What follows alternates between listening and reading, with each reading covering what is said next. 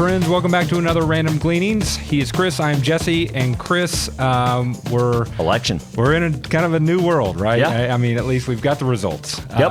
I'm not sure that we were certain that we would have the results at this point. No, in fact, if you look at most of our strategists, they didn't think. I mean, the base case was very simple, which is logical. I mean, if you've got an election that looks like it's by and large, a toss-up, well, then you've got, probably a chance for volatility, right? Some outcomes that could go binary directions, right? All those exactly. things. Well, but instead, what we got was a red wave, which to me, the only takeaway I can come up with, among other things, one of the dominant things had to be it's the inflation stupid. I mean, it's just that seemed to be people voting with their pocketbooks. Yep. So let's take a look at what that means for stocks, though. So far, what you've seen is really kind of a broadening. You've seen other things start participating really well. So go through these charts quick. And by the way, we've got a lot to share here, so we hope you'll stay tuned through the whole episode. We've got about 15 charts. Here's the first, transports, new all-time high. Which, I mean, real quick, you can see from the end of 21 till basically now, it had gone nowhere. Right, exactly. Financials, really kind of candidly, a lot of the same thing. I mean, financials have been better throughout 2024, but they busted out coming that's a regulations expectation, I think. Deregulation, right? That's been kind of the name of the game. Industrials. I mean, if you've got a bottoming, the industrial sector is the most diversified sector in the S&P 500. Everything else has a big weighting to a Tesla or an Amazon or whatever. Right. And I'm thinking of discretionary as I say that. But that's really the story with all the sectors with the exception of industrials, right? So ultimately, new all-time high, very broad-based. That's a good thing. Small caps breaking out finally from that late 2021, early 2022 area. Our friend Willie Delwich from High Mount Research shared net new highs really kicked pretty hard. And we circled in green here 2 spots back in 2021. One of the points made from our friends at All Star Charts was that tends to happen, that level of thrust on new highs versus new lows tends to happen earlier, not later towards in the cycle. The start of a move. Right. That's right. Yep. Or at least not the end of the move. That's right. Sure. So that's kind of interesting. Absolutely. And finally, I mean, if we just take stock of what's kind of going on out there, this is a chart, and this is a little esoteric, but it is a comparison of equal weight discretionary spending, think wants, versus equal weight staples or needs, right? And what you're seeing is equal weight staples, meaning no one stock gets the majority of the weighting. It's all equal across the board. You're seeing a breakout there. Yep. And I mean, that's positive. Well, yeah. I mean, you don't see a bear market really start with discretionary spending having increased, having the increase. Right. That's exactly. So, what's kind of interesting though, all year long, gold has been working really well. And what we've had since the election is gold has sold off some. And so we have 2 lines on this chart. The yellow is kind of the historical uptrend, but then the orange you added recently because we've had kind of an elevated uptrend, right? So today we're sitting really right on the uptrend line. For me personally, what's interesting about gold is, one of the reasons for the move in gold, it's been said, is China and other countries trying to have less exposure to dollar-denominated money. Yeah. I think we've talked about it a little bit in the past, in that when Russia invaded Ukraine, and the U.S. unilaterally just says, "Well, we're freezing all of your U.S. dollar assets." Well, that hurts. Yeah, right. That hurts, and so I think countries around the world have said, "Well, we don't want them to have that much control over our decision-making power. So we're going to own gold instead." And you've seen gold be bought up by some of these sovereign nations. For sure. So this is an interesting thing that's really been persisting for a lot of the year.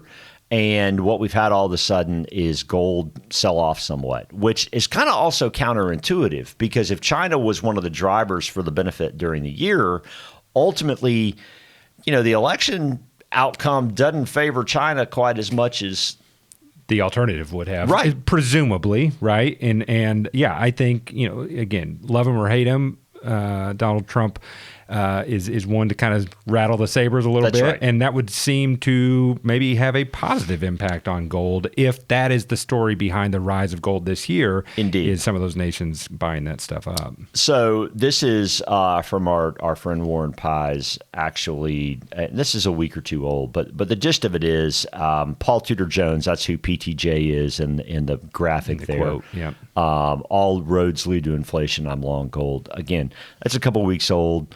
I heard that talk a little bit by him, and I think he was saying on either side of the aisle, the deficit spending that they're going to do is going to have inflationary effect, right? That's right. And that he had some arguments as to tariffs maybe being inflationary on the Trump side, and maybe some other things on the Harris side being inflationary on top of the deficits. But either way, the story has been go long gold because of this effect. And the reality with gold is that, yes, it may be an inflation hedge. Sometimes it is, sometimes it isn't. That's right.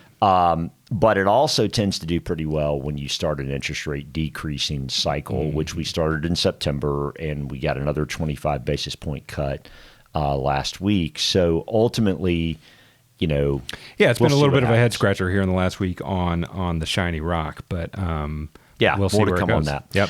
So let's turn toward Trump's outline on what he would. I mean, these are all the things that he has said. Yeah, and before we go forward, I want to be clear, at least for my sake, I think for yours as well, this is not a political commentary, right? Right. It is, I think we very often get the question, well, now that X has been elected, what does that mean for the markets? Yes. And so this is an attempt to be a breakdown of strictly what has been proposed on the campaign trail by the now winner, and maybe the pros or maybe the cons that maybe would have an effect on the market because of what they've said. Yes. And so the top half of this is the tax cut and spending increase proposals that he's at least shared on the trail. And then the bottom part is revenue increases and spending reductions that he's also shared on the trail, whether it's reducing waste, using tariffs, et cetera. You've got low and high, but then you've got right in the center, you've got expected impact from 2026 to 2035 on those policies. And ultimately what that does is put a net deficit impact of about $7.5 trillion over the course of that 9-10 year period. That's the estimations. One note I'll say, which is just astounding to me, is that the net interest impact in the middle is $1 trillion. Yep, it's a lot. So the higher rates that we've been getting on our money markets at the bank costs the taxpayer ultimately. So you might as well take advantage of it while it's there because you're paying for it. That's exactly right. Yeah. So one of the interesting charts from our friend Bob Elliott is that the Tax Cuts and Job Act doesn't really boost the economy. I mean, it just extends what's already in place now, right? So no real tax cuts, boosting the economy when that's been pretty much our baseline expectation since 2018, 2019 timeframe. Yeah. I mean, again, I would say I'm happy for the extension of that, but at the same time, it doesn't seem to have the same, push on the accelerator that it maybe did 8 years ago, just because it's what we've been accustomed to for now the last 8 years. Although the next chart, I mean, there is some assertion. I mean, we talked about Trump talked in September about removing the state and local tax deduction, which is something he put in before, the cap at $10,000. That would help certainly people in the Southeast. It would help people in the Northeast and Northwest and California even more. But according to some, at least thus far, it looks like there is some benefit in that to the lowest 20% of earners. Yeah, I'll be eager to see if that's the case. Yeah, we'll see. What this chart is showing in the red is that they're the only ones in this extension of the tax cuts that would maybe actually benefit more than they did last time. But on a percentage basis, it's still less than higher, quintiles of earners. So, right.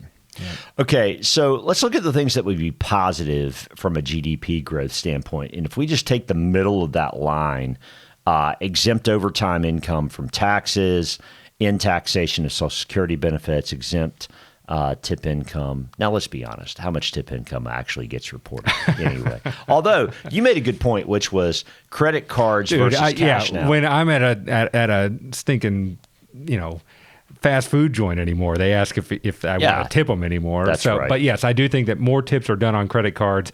I think you and I both talked about how in college we both worked in the service industry, and if I got $10 or $15 of tips, I might have reported 8. So what's crazy to me about this chart is that this is implying that exempting overtime from income tax is 10 times as effective, or the numbers 10 times the effect of lowering corporate tax rates to 15%. And it portends to suggest that it's about half of the cost. Right, the overall. Right. So apparently folks are getting a lot more overtime than I would have guessed. But so, and to clarify, a 1.4% jump in GDP, if your GDP is running at 3, that's a 25% increase. That's a pretty big deal. All right, but then there's the other side. Let's look at tariffs. There's been a lot discussed about tariffs. Is it inflationary? Is it not inflationary? I think just for the context of keeping the charts in line, percentage of GDP growth or shrinking of GDP growth, this implies that tariffs as proposed, as discussed by Trump, by the president-elect, at face value would cost 1.8% of GDP. So it's basically a cancellation of all the growth policies, growth policies, which would be bad. That's right. Which surely has to mean that they use it as a lip wedge and not. I think that's what I've even heard. Chip. Yeah, I think it's a negotiating tactic of some sort. Now, he, in my opinion, is a pretty brash guy, and so hopefully he's assembled a smart team around him that would allow everyone to make the right decisions for the benefit of the country, both blue and red. Right? For sure. But yeah, I think even Stephen, based on what has been discussed, it would seem as though I think you said we're just kind of on course to do kind of the same thing in slightly different ways, right? Right. It would almost seem. Well, next chart, there's no question with tariffs what ultimately who gets hurt the most. Yeah. And it's the lowest quintile. The bottom 20% get hurt the most. Well, and again, I think based on the proposed part of this, with China being right in the crosshairs of this tariff, bluster, we buy a lot of stuff from China. Yeah, and that's those that are on the lower income side probably buy more stuff from China. So, and that's what it seems that this chart is showing, is that those will be most punished by those policies. So again, we've used the I word a lot over the last 2 years, and the big question is, over time, we have a debt in the United States, and the question is, what is the debt as a percentage of the current gross domestic product? And if you take current law, which is the black line on this chart, and you consider that by 2035, we're at about, call it 100% of GDP right now in terms of debt to GDP. And in current law, by 2035, we'd be at 125% estimated. Estimated, right? Mm-hmm. If you take Trump's, not low or high, but just middle in terms of what's been said on a face value basis, we'd be at 143% of GDP. So that means running up more debt. None of these things, as a father of young men, make me thrilled. So we'll see what direction this goes. But what I would say in very quick summary of this is, I'm more prone to want to own equities as opposed to debt. Yeah, right. I mean, it implies to me over time that others that invest in U.S. debt may expect higher interest rates over time. Now, that's always a subjective and relative thing, what's happening in the rest of the world. But when it comes to the United States, we've been considered the cleanest dirty shirt for a long time. The question is, does that ever change? Mm-hmm. And there's always the possibility. Certainly wouldn't bet on it, but that's the concern about bonds at this point. Yep. For sure. Yep. All right, what are you watching? So Angie and I just got finished watching the documentary on Netflix, Martha. About Martha Stewart. And I mean, she's just a savvy lady. She's super savvy. And take no prisoners. I mean, so I think she comes from an era when that wasn't very popular for a lady to be in charge, and yet she pushed through and has obviously made a legacy of herself. It was really, really compelling. Really good. Really That's good show. awesome. What about you? So I'm still watching The Penguin personally. Heath and I started The Diplomat season 2. Man, there's so much good stuff out. Like Yellowstone just cranked back up.